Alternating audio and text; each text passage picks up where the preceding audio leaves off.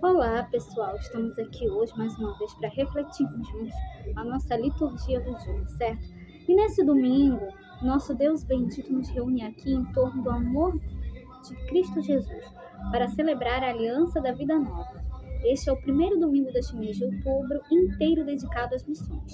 Toda a igreja, a família missionária é motivada a testemunhar Cristo incansavelmente nas suas relações,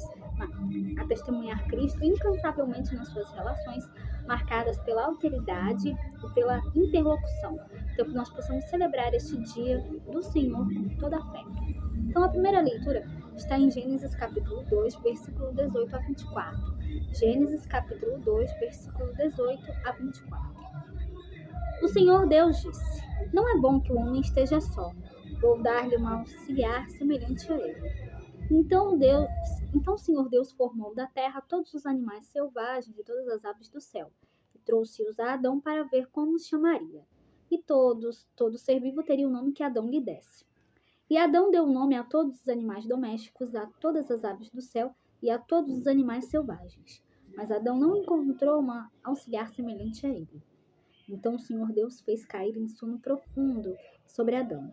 Quando este adormeceu, tirou-lhe uma das costelas e fechou o lugar com carne. Depois da costela tirada de Adão, o Senhor Deus formou a mulher e conduziu-a a Adão. E Adão exclamou: Desta vez sim, é osso dos meus ossos e carne da minha carne. Ela será chamada mulher, porque foi tirada do homem.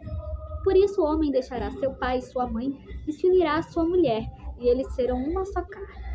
Então, na liturgia de hoje, a primeira leitura nos apresenta como que um alicerce e fundamento para o Evangelho.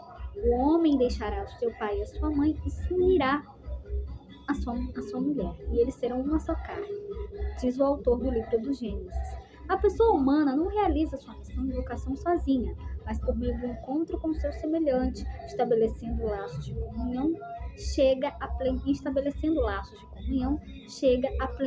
de vida. E agora, falando da segunda leitura, hoje ela está em Hebreus capítulo 2, versículo 9 a 11. Hebreus capítulo 2, versículo 9 a 11.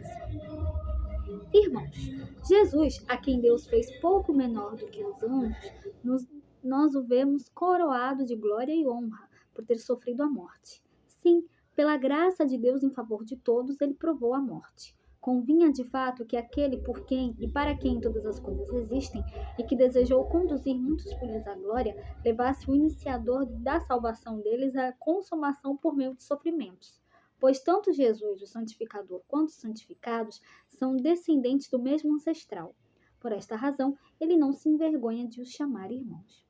Então, aqui na carta aos Hebreus, fala aqui o seguinte, tanto o santificador quanto os santificados descendem do mesmo ancestral. Então, Cristo, ele sofreu, morreu, e ressuscitou ao terceiro dia. Ele passou por tudo que ele passou por amor a nós. Ele deu a sua vida por nós. E ele morreu e ressuscitou ao terceiro dia. Então, que nós possamos sempre louvar e glorificar a Deus e que nós possamos sempre, cada vez mais, anunciar a boa nova do reino de Cristo a todos. E agora, falando do Evangelho, hoje ele está em Marcos, capítulo 10, versículo 2 a 16. Marcos, capítulo 10, versículo 2 a 16. Naquele tempo, alguns fariseus se aproximaram de Jesus para pô-lo à prova, perguntaram se era permitido ao homem divorciar-se de sua mulher. Jesus perguntou: O que Moisés vos ordenou? Os fariseus responderam: Moisés permitiu escrever uma certidão de divórcio e despedi-la. Jesus então disse: Foi por causa da dureza do vosso coração que Moisés vos escreveu este mandamento.